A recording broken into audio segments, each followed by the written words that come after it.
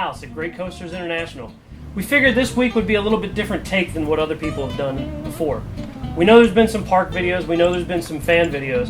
What we figured we'd do this week is let you into the manufacturing office and the engineering office. So we're here at our engineering office for Great Coasters in the Cincinnati, Northern Kentucky area to really give you a behind-the-scenes look as to how we design, how we engineer some of your favorite attractions out there. So I want you guys to come with me and sit in on a few of our meetings and walk around the office here to really get that behind-the-scenes look to figure out what goes into making a Great Coasters ride. Okay guys, I figured this week, we have weekly meetings every week to kind of spearhead some ideas and really come up with something that's going to knock the fans off the wall. I figured for this week it's kind of be a good change for us to actually watch some fan videos and maybe listen to some of the forums and the talk that's going on, really be able to deliver the fans what they want and what they like. So let's go ahead and listen to one of the In the Loop podcasts, at least a little bit of it, and get a pretty good idea for what they're into. Us little people. So I just did that. The little people down here. There's a massive discussion going on in the chat right now about Skyline Chili. Oh, interesting. So clearly, you're going to Kings Island, right? You're going. I know. You need to eat Skyline chili because then you can say that it is the crappiest chili in the world. And I really. Wait, what did Clint just say?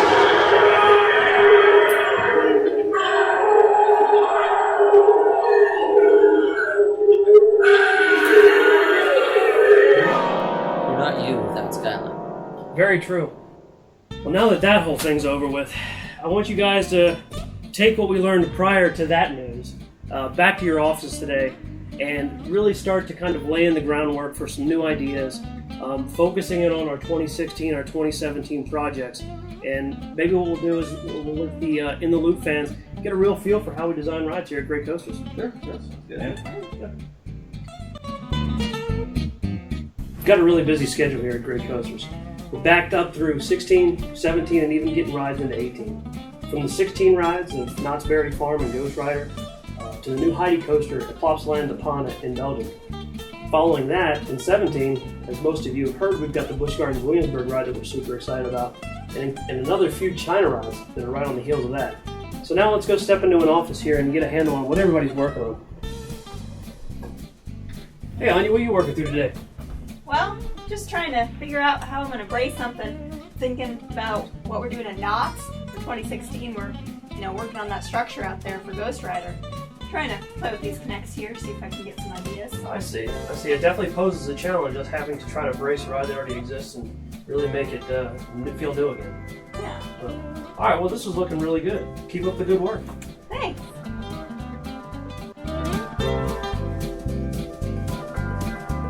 Hey, David, what are you in here working on today? Oh, hey, Adam.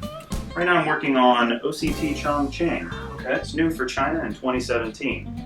Basically what I'm doing is going from a bent drawing, which took a little while to produce, but then we go to a 3D model, so we kind of see how it pieces together and we're going to build it. Well, I see you've already got one of the big camelbacks on the ride already together here, and it's looking great. So I can tell you this, keep up at it. There's around 500 different bents on this ride, and you've only got a handful, so This took 2 weeks. you better keep up at it, man. Thanks, David. We'll talk to you later. Hey, thanks, Adam.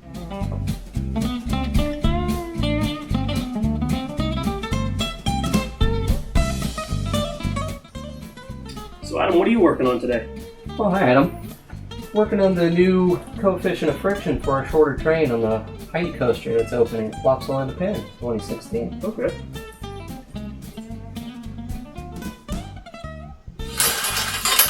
I see. That must represent the typical train length we use. This is typical. Okay. Got good data here. We're going to put the shorter train on. Interesting. The shorter train definitely acts very different. Absolutely. We're getting real solid data here. I mean, we're going to have good results. Okay, well, keep it up. You're definitely collecting some critical data that we certainly need. So keep at it. Thanks.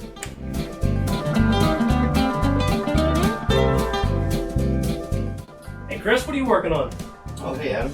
Well, right now I'm trying to develop a new ride layout using a variety of different shapes, similar to what we did for the Busch Gardens Williamsburg ride in 2017. Gotcha. So I'm looking at using real simple stuff like straight lines and circles and arcs, all the way up to more complicated shapes like parabolas. Gotcha. Or something like this. Ah, yeah, this is one of the early concepts, well, isn't it? this is a new curve that we generated called a Scribolova. Ah. So yeah, it's Okay. my trusty tape measure. Looks good. Just make sure you get the scale right. Make sure you scale it correctly. Of course, yeah. Okay. Can't forget that. That's right. All right. Well, it's looking good, Chris. Keep at it, man. Will do, boss. Thanks. Thank you. Hey, Jesse, what are you working through?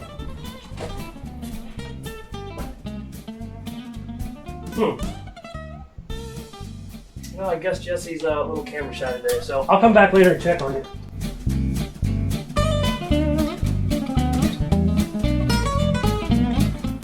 Hey, In the Loop fans. This is kind of how it all comes to a close here. Hopefully you guys have really learned a lot from walking around my colleagues' offices and understanding really what it takes to design and build a wooden roller coaster.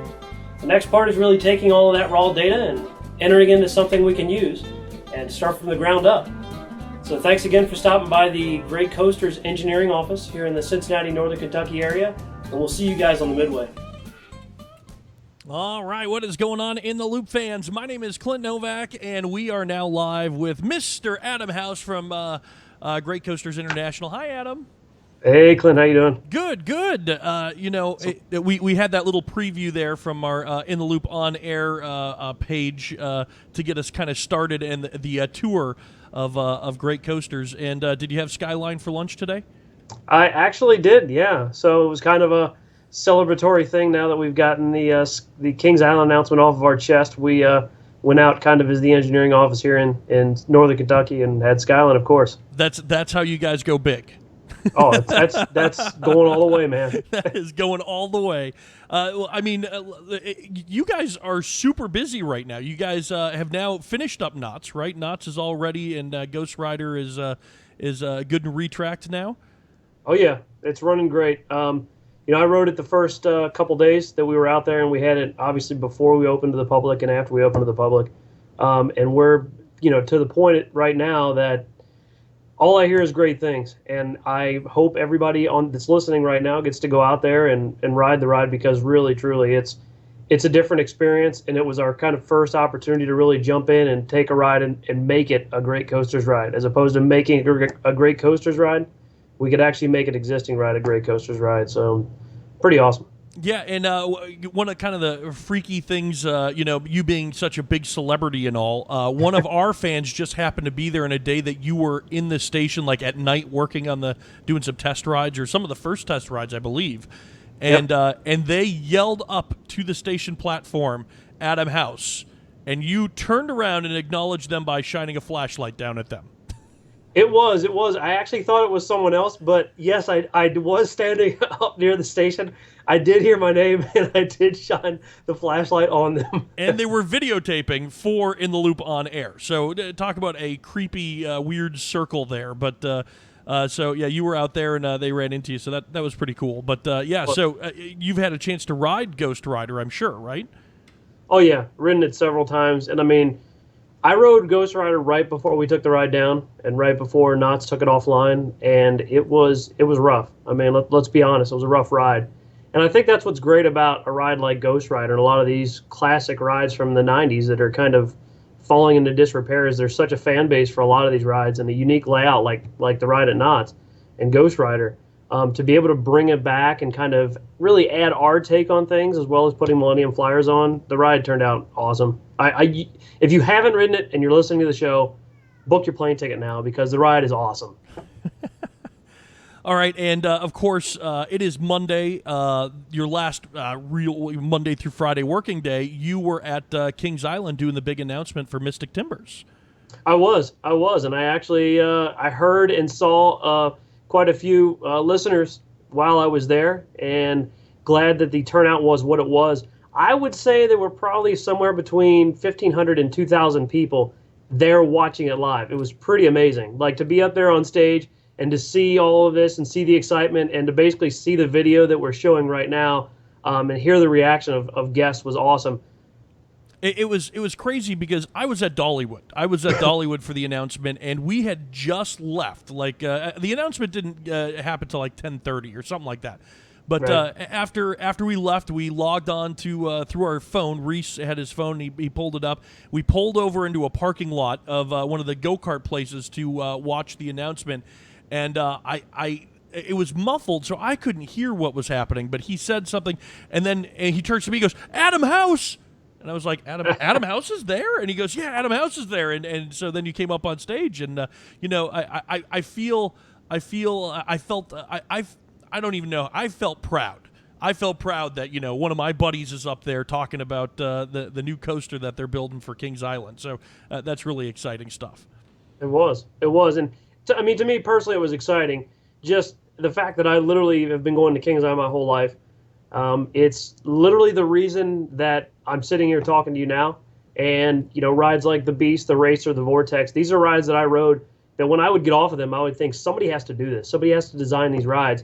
And to be able to help, obviously we go through and we design a ride, it takes a team of people to do it. And my colleagues here at Great Coasters are awesome.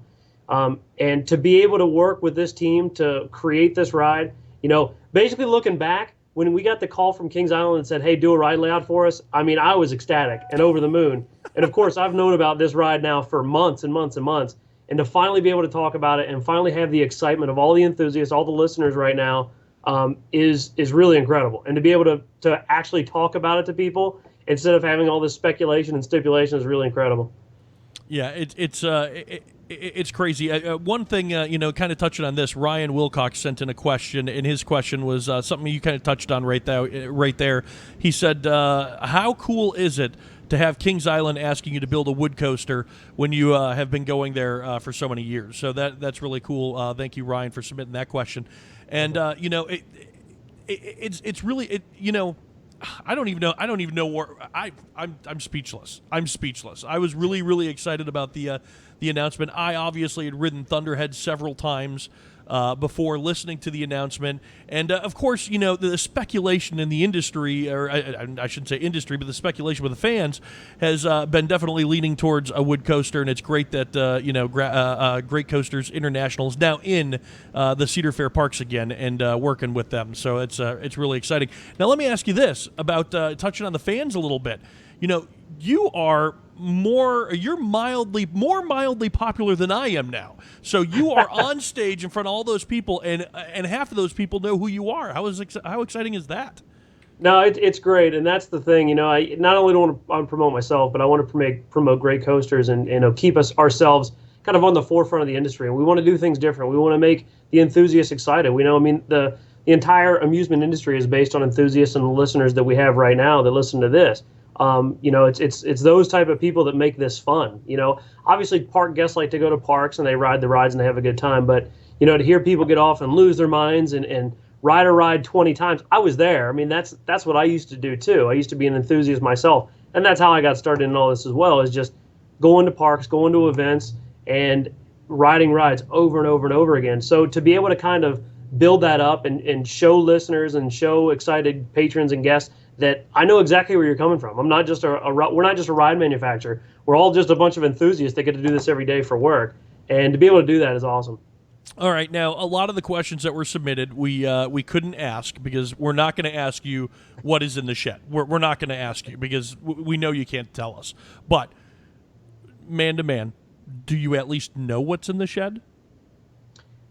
I've heard tricklings of what's in the shed. But nothing for certain. So, like I said, the park's been super tight-lipped with even us, the ride manufacturer. So it's kind of been, like I said, I've heard whispers and grumblings, but nothing that I can say without a doubt, here's what's in the shed. I'm excited to ride the ride myself to see what's in the shed. All right. No spoilers there. Let's see here. We got some questions about Mystic Timbers here. Gentry asks, when will we start seeing the wood structure being installed for Mystic Timbers? So when will we see vertical construction? We've got guys on staff right now at the park. Our guys are all mobilizing. Obviously, there's a lot of things that has to happen before we can start structure. I would say, without a doubt, at the end of the month of August, you will absolutely start seeing things. And it may not be, I would think we're going to be standing structure by then. You will definitely see the live, you know, becomings of a wood coaster for sure. So I would say by the end of the month, you'll start to really see this thing morph and become what it's going to be in the end, Mystic Timbers. Wow. So. Now, how much are you guys a part of the obviously land clearing? You probably don't have much to do with that, but you said you guys already have people who are now there at the park working with them on the construction process. Yeah, so obviously for this project, we're actually doing the foundations as well, working with a local company to the Cincinnati area, and we have our guys there that basically help to kind of oversee that and help to survey and work with the foundation company. And then there's obviously a lot of lumber on this ride, a lot of pre-cutting, a lot of cutting. So right now there's a lot of kind of that mobilization, preparedness work. So I know a lot of people have seen pictures and have seen in person bundles of lumber sitting around the site. So those are all around. Like I said, our guys are mobilizing now literally as we speak. And I would say without a doubt at the end of the month of August, you'll see a coaster coming to life. All right. Moving on to Busch Gardens, Williamsburg. Now, is it different with those guys? Are you guys have a crew that is there right now helping with Invader, or is that more the park working on the foundation work, and then you guys come in to erect the coaster itself? No, so we're in the same position as well. Busch Gardens basically goes through and clears the property for us and gets everything ready, and then we work with a local contractor to do foundations for the ride. So for this ride, we've actually got guys on site as well. And with it being the steel structure, it's a little bit different than just the pure wood coaster, right? So with a wood coaster, obviously we send all these bundles, the guys get on site, start cutting and everything else. With the steel structure, there's a lot of prefab work we have to do in our office just to kind of bring it to life and get things moving. So we're well ahead right now, and I'm sure that people have probably seen steel structure already on site and trickling around. But we're... what's great with both of these rides is to finally get back in the U.S. and work on some domestic projects, and to have the listeners of the show, big fans of both parks, to be able to have that kind of fan base and that backing is super, super exciting for us. And I think the fans are going to be super excited about both of these projects at the end. And we're super excited to have 2 domestic jobs again. Yes. So, and one of them kind of in my backyard, not my home park, but it's like my second home park. So I'm excited about that. I already have a GCI coaster at my third home park, which is Six Flags America, but it's just not the same. So you got one in your backyard for this year, and I got one in my backyard for this year. So it's working out pretty well so far. There you go. There you go. Now, one of our, let's see here, we got some more submitted questions here. Joel asks, how was it meeting a former In the Loop co-host in Shanghai? Like, what's up with that? Well, Clint, it's like you said, it to be able to have all these fans listen to the show and think of me as a celebrity, it was like meeting a real life celebrity myself. I've obviously met you before, and I've met the legend before, but to finally meet Joel himself in, of all places, Shanghai, China, was pretty awesome. And at a park like Disneyland. And what was great is Joel had basically spent the entire day in the park, and I was just getting there. And basically he was giving me the guide of, you got to do this, this, and this. And of course, the one ride I wanted to ride, Pirates, was down, so I never got to ride it. But Tron Coaster is great. I rode the Raging Waters ride, which was really incredible.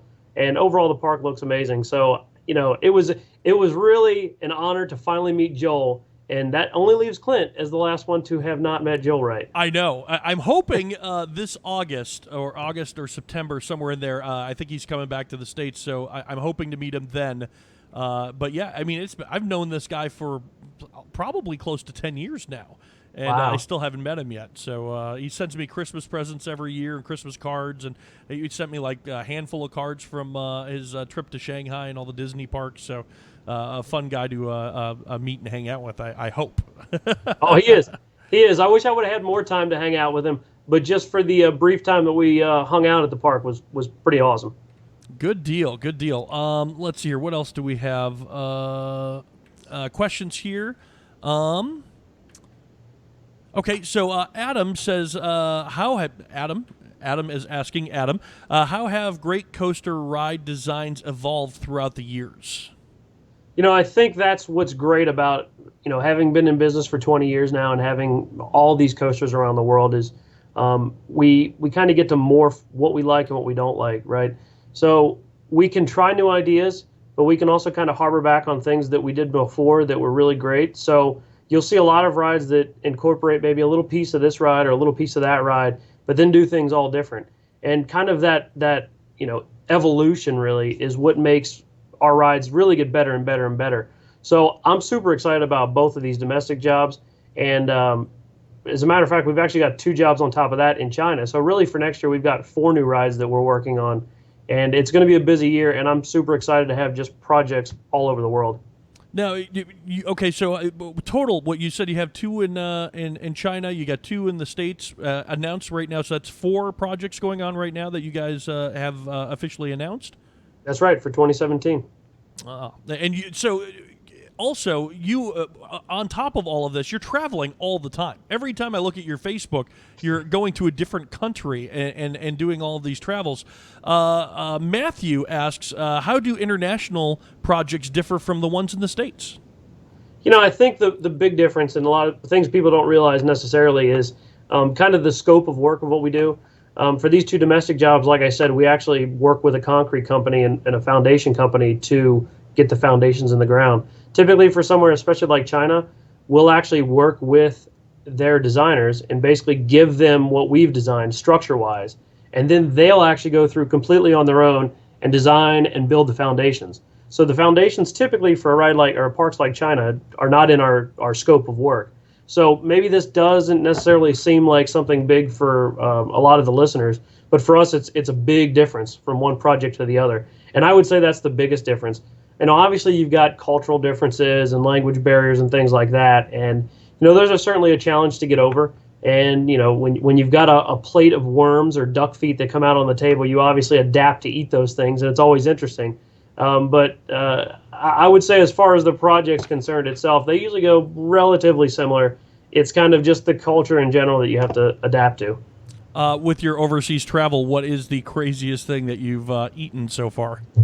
It kind of leans to maybe 2 things. I think the last time I was over there was the duck feet I just spoke about. Those were really unusual, and I was very hesitant to eat those. But my very, very first trip to China, they actually brought out a plate of mealworms, worms that you basically use to fish with. So I used to fish when I was a kid, and I'm like, these are unusual. But when you ate them, they tasted like unsalted McDonald's French fries. So it wasn't that bad. I don't know how I feel about McDonald's French fries anymore. Okay, so a lot of people in the chat room have brought it up, and I think Tad has worded it the best way we could possibly put it, and that is, what is your opinion about Mean Streak closing? They announced that earlier today, that Mean Streak will be closing in September. We obviously know something is going on, but the rumors are flying around, so we're not going to ask you if you have anything to do with it, but we will say, what is your opinion on it closing? If I were a wood coaster genie or wood coaster psychic, then I would say I know or can tell about what's going on. But since I am neither of those, I have no idea and also have no comment. We got listener feedback sent into us via video from Mr. Kevin Shoop. He's a friend of yours. You know Kevin, right?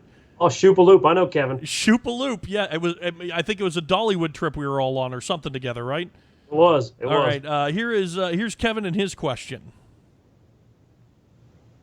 Hi, this is Kevin Shoop, and I have a question for Adam House today.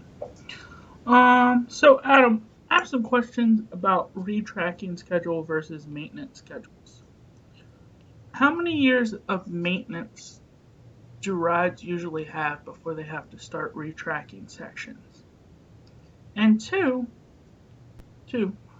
does humidity play a big factor in the longevity of a ride? Especially, example, like Wazi. There was extensive retracking done, and your beautiful new trains. Those trains were amazing. But I just didn't see how effective it was towards the end of its life. All right, that is Kevin Shoop. My question for Kevin is, what is he wearing there? Like, that's quite the interesting hat. Yeah, that was sober Shoop, which you rarely ever see. So, well, I can answer the first part because I could hear it. The second part, Clint, I didn't hear any of. So maybe you can fill me in of what Kevin was asking. Okay. But for the first part, as far as kind of maintenance and retracking, a lot of that has to do with kind of the as required basis, more or less. So I think a lot of listeners have kind of heard the rumor that we're using like what we call an ironwood, and we are. It's super strong stuff that actually helps the life of the rides, and we've actually got customers and things that have used it prior to us using it and have had amazing results. It's super hard. It's super hard to work with, and it's really taken a specialized team and really some research and development from our end to get right. But I would say in general, and what I typically tell customers is that a wood coaster can last forever. You've got rides like out at Lakemont, the Leap the Dips is over 100 years old, and to be able to have a testament like that it kind of speaks for itself, right? You've got a lot of these 1990s coasters that are made of steel that are actually going away because the pure cost of rebuilding, rewelding, checking all these steel coasters becomes too much, and as we've seen at parks almost everywhere, they just go away because they end up not being worth what they are. For a wood coaster, think of it like this. If you got one board, you got two boards that go bad, what do? You buy a bundle and you replace the two boards for 25 cents, 50 cents a board or something. So really in the long run, you can do that. And obviously, people say wood coasters are maintenance intensive and blah, blah. I would say yes, day to day they require more. But over the life of the ride, and that's what actually a lot of Chinese clients can't believe is when I tell them a wood coaster lasts forever, they kind of laugh and say, yeah, right. And I tell them, there's coasters in the U.S. that are over 100 years old and will probably never go away. They have no reason to go away. So kind of back to your question a little bit, Kevin. Obviously, with maintenance, we require walking of the track, checking of bolts, inspecting the trains, inspecting the mechanics, things like that from day to day. Really, the retracking kind of becomes a thing you do towards the end of the year after you've either had some feedback or input from a company like Great Coasters, or you have a specialized team like, I can't say enough about Hershey Park. Those guys really, they have 3 of our rides, obviously, and really know how to maintain wood coasters. So, it's parks like that, it's parks like Kings Island that have dealt with wood coasters forever that really know more than we do a lot of the time. And those guys kind of figure out what needs to be retracted, what doesn't need to be retracted. And again, that's kind of what I push on customers and what I like to tell a lot of enthusiasts out there is our rides are a lot lower maintenance because of the Millennium Flyer trains. When you're one of the only companies in the world that designs a ride, builds a ride, and has their own rolling stock, you've got control of everything. And when you've got control of everything really down to a T, it's a lot easier to be able to say, okay, we know how our track works and we know how our trains work, so we can design them both together as a system, as opposed to saying we have to go buy this off the shelf or buy that off the shelf from somebody. So hopefully that's the answer to your question. I was a little long-winded.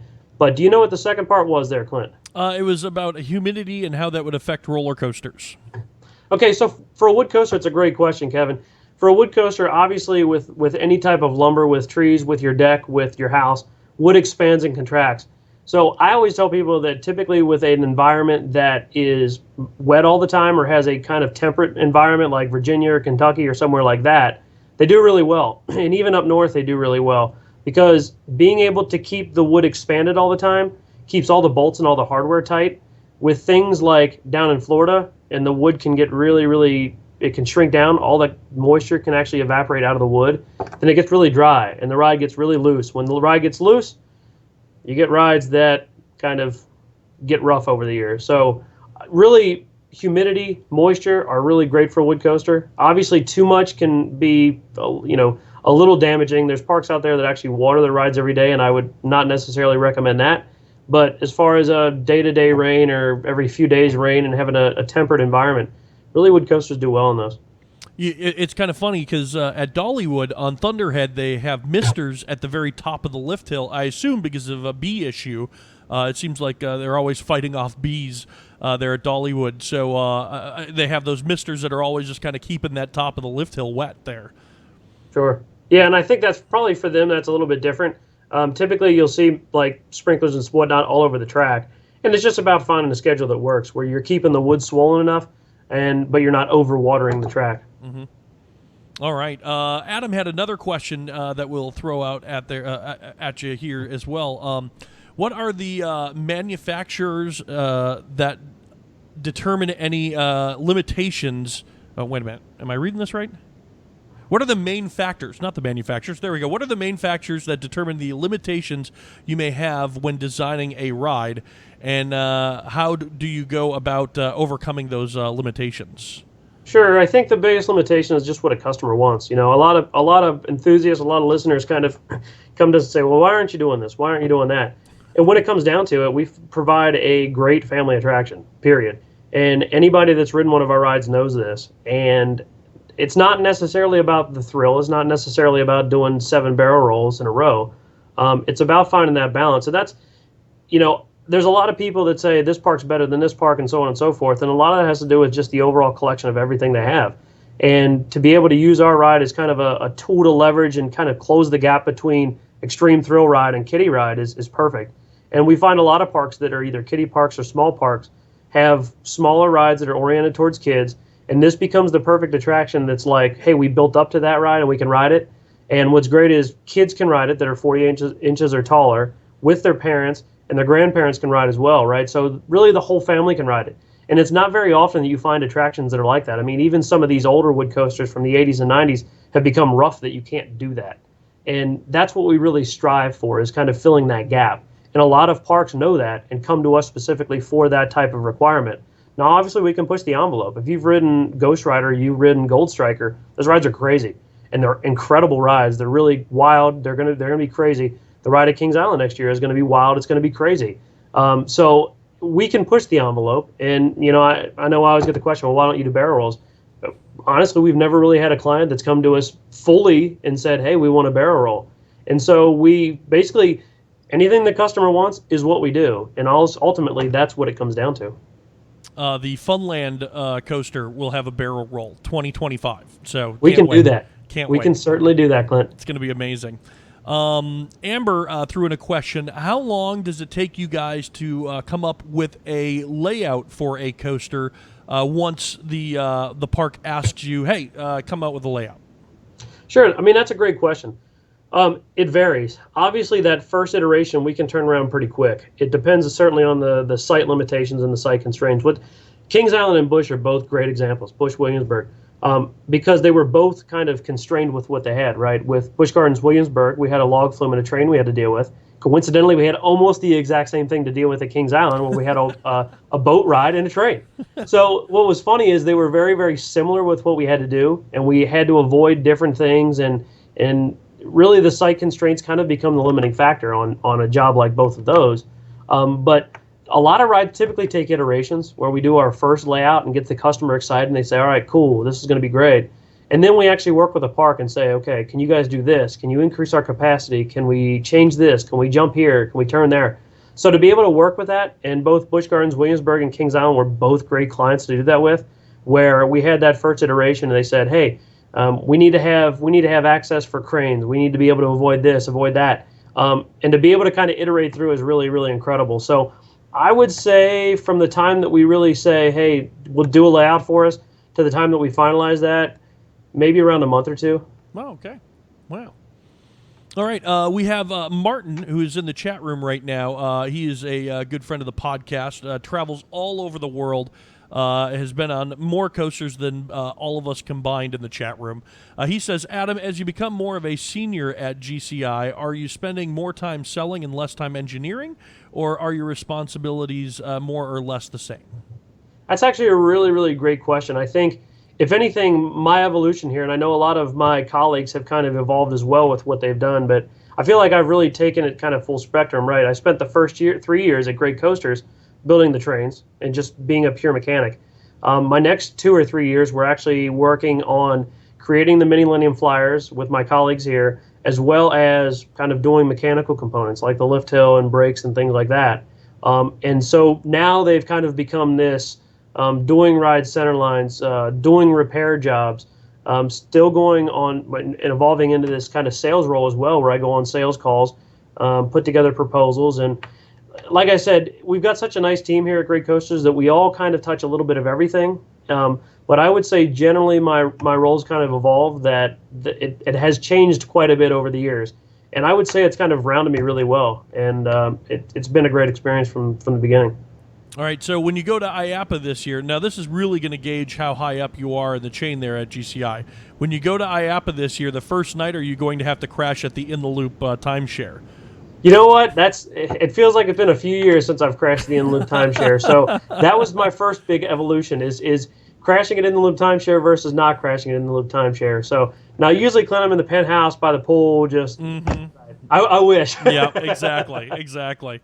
All right, I think that pretty much wraps up all the time we have with Mr. House from Great Coasters. Thank you very much for taking the time to go live with us on the YouTube feed and take listeners' questions. And, of course, keep building coasters, and we look forward to seeing what else you guys have in store for us in the upcoming future.